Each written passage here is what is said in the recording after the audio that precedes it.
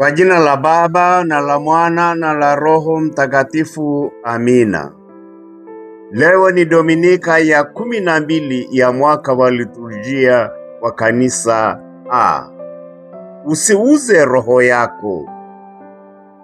Masomo ni kutoka Yeremia, somo la kwanza 20 aya ya 10 hadi ya 13, na somo la pili ni Warumi sura ya 5 aya 12 hadi ya 15, na Injili ni kutoka Mathayo sura ya 10 aya 26 hadi 33.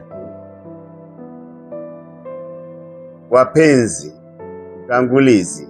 Ndugu zangu wapendwa, mnamo tarehe 6 Julai mwaka 1535 katika jiji la London, mwanasiasa maarufu wa kansela mkuu wa Uingereza Mtakatifu Tomaso More alipelekwa kwenye jukwaa la kunyongwa.